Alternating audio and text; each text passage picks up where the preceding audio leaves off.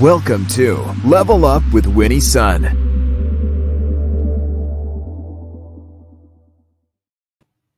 Well, thank you so much for tuning in today. Welcome back to the week. I hope you had a nice weekend. And if you're joining us on the replay, a quick hello. Thank you so much for tuning in.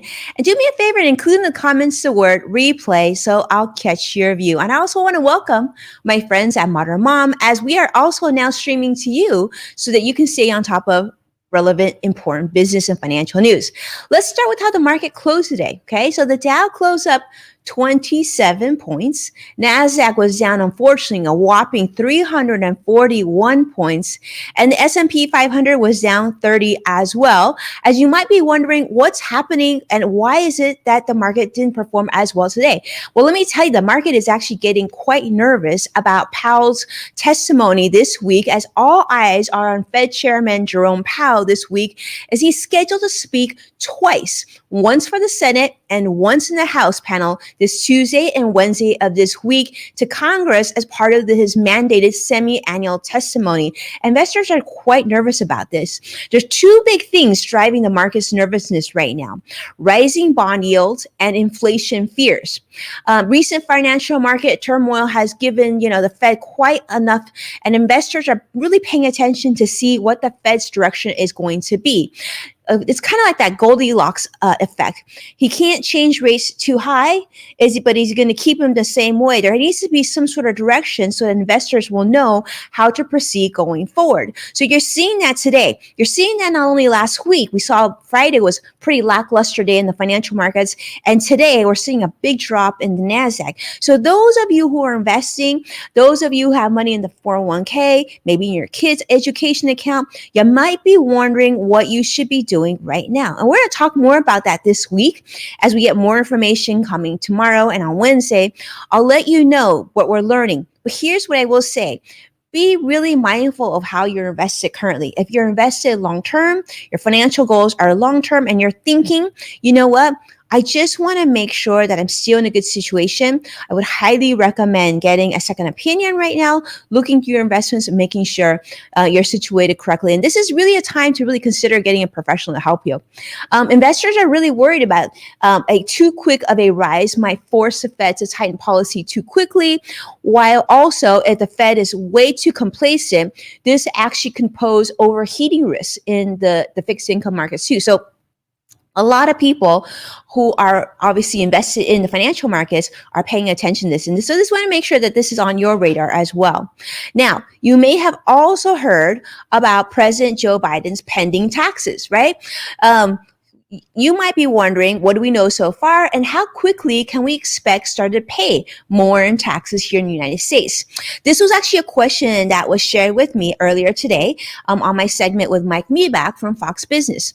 Let me tell you, so Treasury Secretary Janet Yellen said last week that any tax increases planned by President Biden and his administration brought in to help pay for big ticket spending would be introduced to American taxpayers gradually, and the increase in corporate taxes would come after the threat of COVID-19, the pandemic to the economy, had passed. So a lot to think about, okay? So you might be worried, like we just went through, crazy weather. My friend Suzanne Brown, who's joining us, going through so much in Texas, right? We're going through a pandemic, all these things kind of piling up. Are we going to have to deal with higher taxes as well? So there's definitely room to be concerned, but I would say right now, from what we know, it looks like this is going to happen later in 2021. And they're saying that this would involve spending investments over a number of years and agenda items such as education and infrastructure. And during his campaign, if you remember, President Joe Biden proposed raising the corporate tax rate to 28% from its current rate of 21%.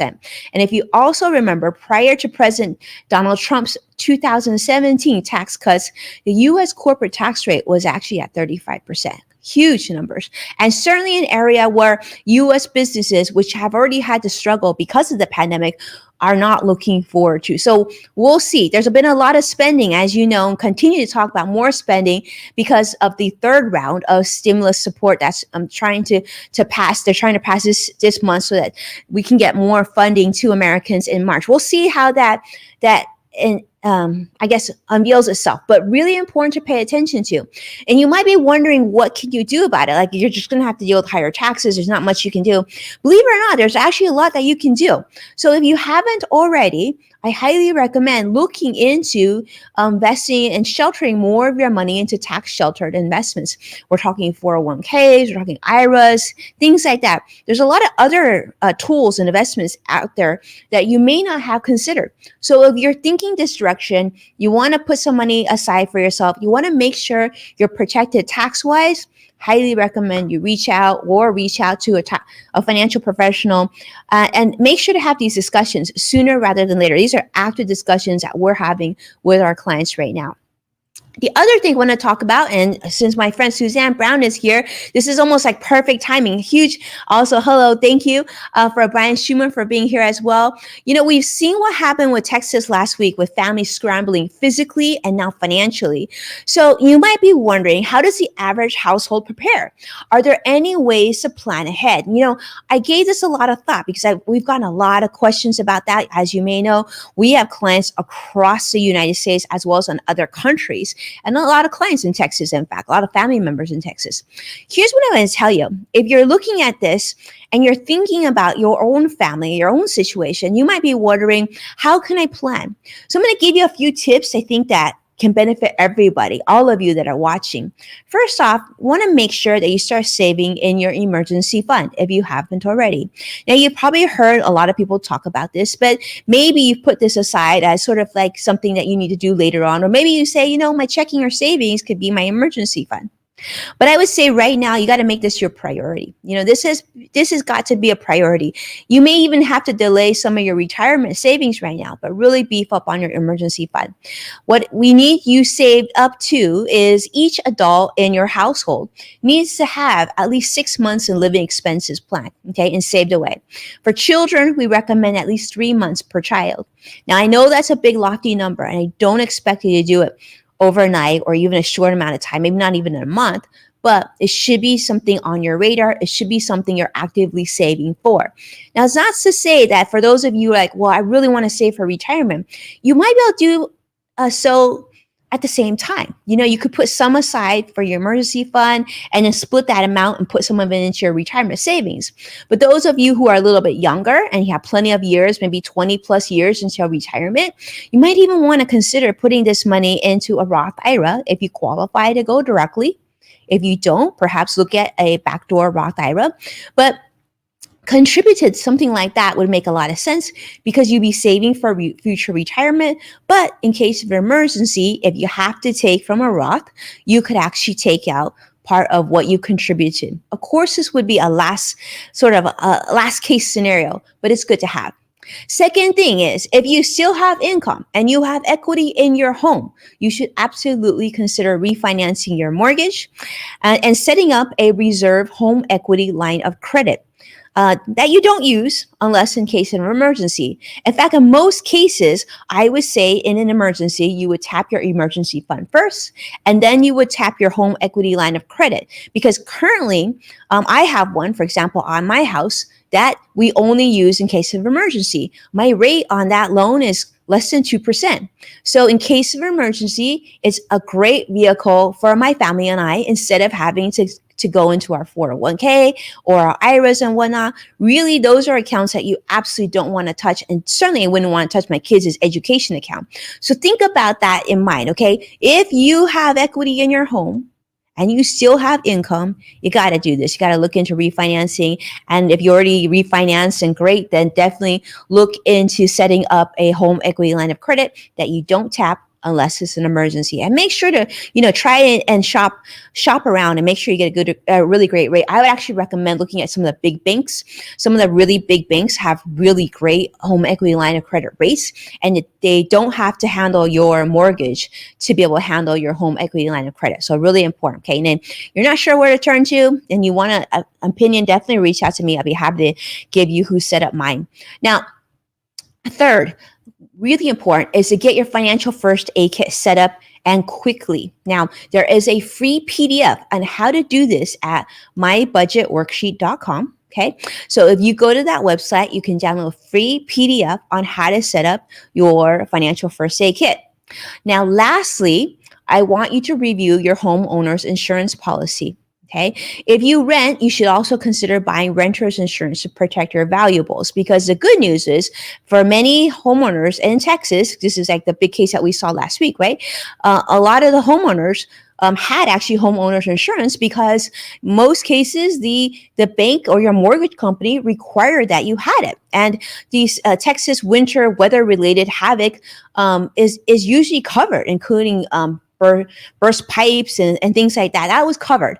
And those who actually had renters insurance, furniture, clothes, computers, those types of things were covered, are going to be covered in most cases as well. In fact, 95% of homeowners across the country do have homeowners insurance policies, as you know, because mortgage lenders require the coverage. But for renters insurance, only 41% of renters nationwide have coverage, as in 2018. So if you know of a renter, or if you are a renter, something to keep in mind, okay? Now, you might be wondering, well, how do I deal with these claims? Now, there's a lot of information out there, but here's the key. Document, document, document. So luckily you all have smartphones, right? Take pictures of everything, any little thing. I would even recommend, like, if you have kids, have each of the kids do this too, because they're going to see things at a different height level perhaps than you would. Like my kids, I always joked with them that they come in small, medium, large. My youngest, can cover the things that are shorter, closer to the ground, and then we go all the way up. But really document everything. Take pictures, document what day it is, document any conversations that you have with adjusters, with your insurance company, with insurers, and others in the claims process. You want to make sure that your information is absolutely pristine. I actually recommend opening up a Google Doc or a Word document, whichever that you use, and take pictures, add everything in, put notes in there when you're talking to people, type into the Google Docs and just write everything that they're telling you. If it's too crazy for you, you could actually, turn on the microphone, and that way what you're saying is transcribed into the document as well. I kind of think of that. I get a little nervous doing that. I still prefer typing everything out, but I think it's a good idea. And if you have a partner or someone else in the house, enlist them to help you with this as well. It's really good to make sure that every last penny that's due to you, because you've been paying your insurance premiums all these years, that it's there to protect you now when you need it. All right. Now, this is something that many of you have asked us about. Huge thank you to Brian Schumann. Brian Schumann is actually on this, so you can actually meet him there too. A lot of people have been asking me about a social media platform called Clubhouse. What is it, and why are so many businesses jumping on? Well, let me tell you, Clubhouse is actually 11 months old. It's an exclusive status sort of app / social media experience, if you will. The app currently is available for only iPhone users, so it's iOS only, and invitations. Brian Schumann and I, we have plenty of invitations, but invitations they're saying are so rare that in fact some people are selling their invitations on eBay. That's so crazy. But the app is basically where you can do unrecorded conversations. I think the best way to explain this to you is that Clubhouse is like podcasting / Twitter in one. So these are unrecorded conversations that have been so popular globally that, believe it or not, now it's even banned in China. It's by invitation only, iOS only, voice only app. You don't see each other, so you could join in your pajamas. But users will chat and debate on topics such as business, professional networking. They talk about politics, sports, music. You actually just join the different groups and rooms or clubs that are of interest.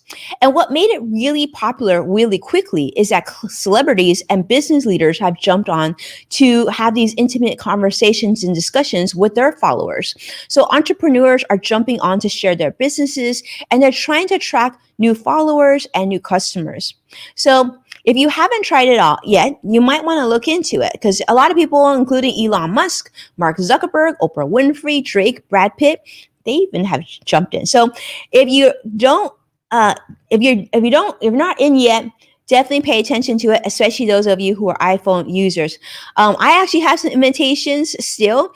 Unfortunately, it looks like as of before I joined onto this, they've all been, I guess, assigned to certain people that have reached out from people who know me, but we always get more. So if you know of someone who's on Clubhouse who has an iPhone, definitely let them know that you have an interest in getting on, because I think it's been very interesting, especially for those of you who are business owners like the one and only Brian Schumann as well. I see so many of you joining on all the different platforms. So thank you so much for doing that.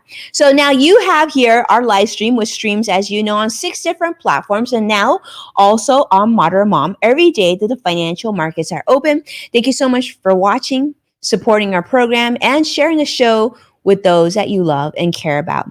As a reminder, you can find full episodes of my show Level Up on NASDAQ, Amazon Fire, and Roku. Be well, and I can't wait to see you again tomorrow. Take care now.